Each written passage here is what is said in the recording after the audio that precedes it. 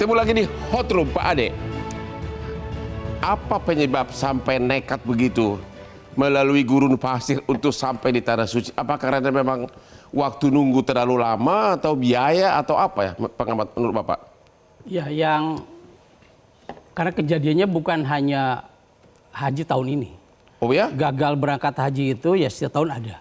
Ya. Lewat Puroda ini, Mujamalah ini selalu terjadi setiap tahun. Setiap tahun begitu? Tahun. Hanya sekarang pada puncaknya jadi korban jiwa. Karena melalui gurun. Ya. Ini paling tidak ada 5 alasan yang saya amati. Yang pertama memang ada keterbatasan kuota. Ya. Sehingga ada jamaah haji yang mencari alternatif lain. Ya. Untuk bisa berangkat, memotong jalur kuota yang resmi. Ya. Karena antri sekarang sudah sampai 5,5 juta orang antrinya.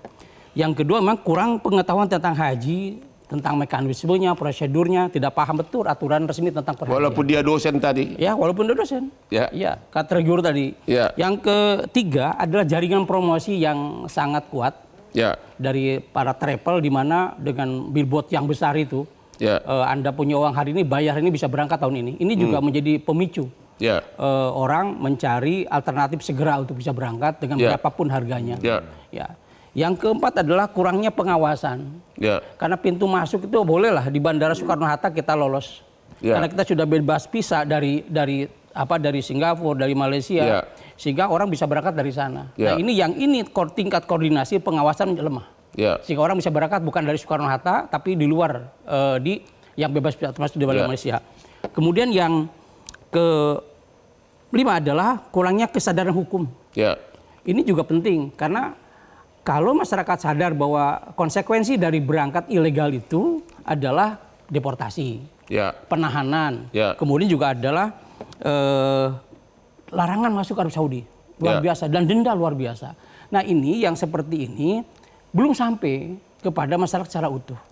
Nah, ketergiuran masyarakat dengan haji yang pintas ini terus terjadi. Nah, ini saya kira perlu ada edukasi yang masif. Kalau perlu kalau ini terus dikaji, didalami bahwa haji model seperti ini menyisakan terus masalah, maka harus diundangkan.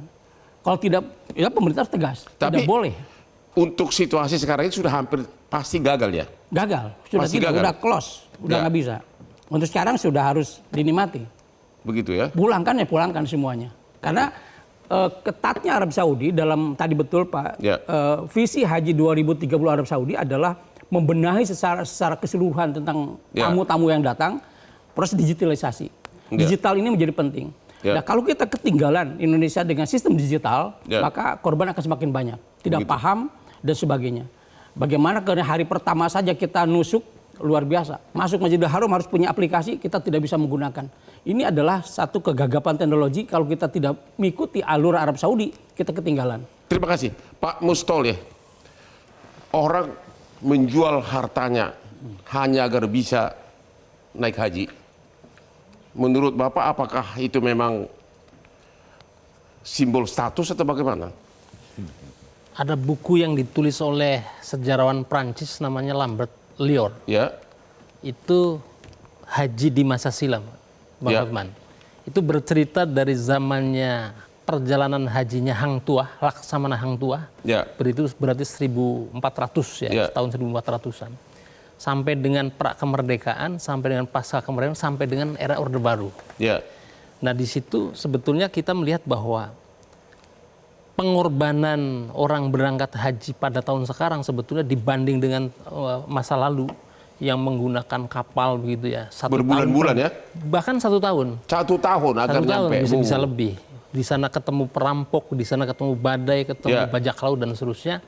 Dan bahkan ketika orang berpisah, pamit untuk berhaji itu sebetulnya cuma 2 kemungkinan. Dia pulang lagi ke rumahnya atau kemudian pulang cuma namanya. Nah, makanya ada beberapa daerah yang sampai dengan hari ini menempatkan posisi orang yang sudah berhaji itu di posisi strata yang berbeda. Ini kultural, tidak bisa kita tolak karena memang maksudnya status lebih tinggi. Status misalnya duduknya di depan, kalau misalnya sholat itu safnya di depan, gitu ya. Kira-kira seperti itu, Bang.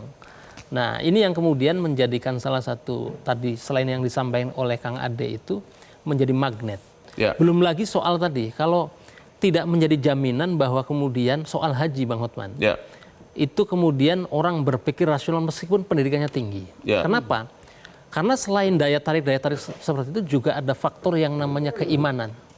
Karena ini adalah orang yang Muslim yang sempurna itu adalah orang yang berhaji, kira-kira begitu ya.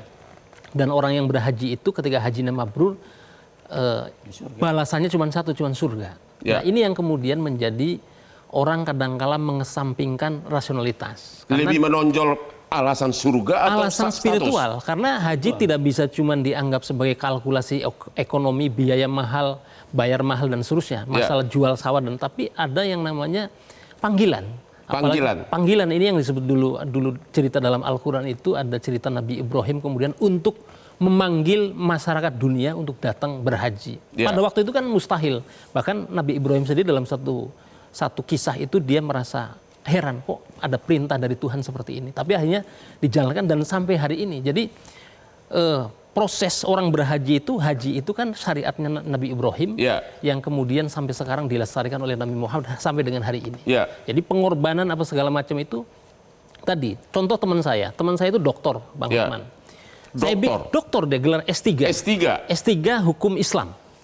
Nah, saya bilang bahwa dia konsultasi ke saya bagaimana peluang haji hari ini menggunakan haji yang tidak menggunakan izin. Saya bilang resikonya sangat tinggi. Tapi apa yang dia jawabnya? Saya sudah berpikir dan saya sudah istikharah segala macam begitu ya. Saya meyakini bahwa ini panggilan. Hanya dia pergi. Saya nggak tahu hari ini. Berhasil? Dan berhasil tapi menggunakan jalur. Jadi modelnya begini Bang Hotman. Kalau kemarin kan Pak Presiden Prabowo itu di awal pemberangkatan haji itu kan meresmikan gate untuk haji, untuk umroh. Nah orang kalau hajinya benar, hajinya resmi, punya visa dan seterusnya, itu menggunakan gate itu. Nah tapi kalau dia hajinya itu ilegal, visanya bukan visa haji, dia pasti jalannya itu juga tidak berseragam, kopernya juga di kamuflase dan pasti menggunakan bandara transit, tidak langsung direct flight. Di sananya gitu, di Mekahnya bisa masuk dia? Belum tentu, jadi biasanya... teman Bapak yang dokter itu? Saya belum dapat kabar karena sekarang sudah apa namanya sulit dikontak. Jangan-jangan di gurun pasir sekarang? Bisa jadi. Tapi mudah-mudahan selamat Bang Hotman. Itu kan teman saya soalnya. Nah karena itu ini sebetulnya edukasi ini saya kira. Dan kita hari ini juga patut mengapresiasi kepada kinerja imigrasi Bang Hotman. Ada 121 calon jamaah haji yang non visa haji itu digagalkan atau ditunda. Digagalkan. Oke, itu dulu Pak. Ya, masih banyak pertanyaan nih tentang dosa dan hajinya sah atau tidak. Saya belum puas nih. Bapak tadi mengatakan secara agama, walaupun dia ilegal kedatangan itu tetap sah. Dalam konteks pelaksanaan. Tetap dia haji yang sah. Bisa memakai gelar haji. Haji Ali sah. Tapi Bapak bilang tadi dosa. Kalau dosa berarti nggak sah dong. Sebentar. Dalam pelaksanaannya. Karena dia melakukan sesuatu yang dilarang oleh pemerintah setempat. Berarti soal hukum manusia? Hukum manusia pun hukum Tuhan ini yang dilanggar. Karena dalam konteks ini kita harus mentaati. Ati Allah, taat pada perintah Allah. Wa ati'ur Rasul, taat pada perintah Rasul. Nah, ini yang ketiga. Wa ulil amri, dan pemerintah. Nah, pemerintah Saudi sudah membuat aturan agar semua jamaah haji jangan sampai membuat masalah pada dirinya sendiri dan juga jangan sampai membuat masalah dengan orang lain. Oke, pertanyaan belum terjawab.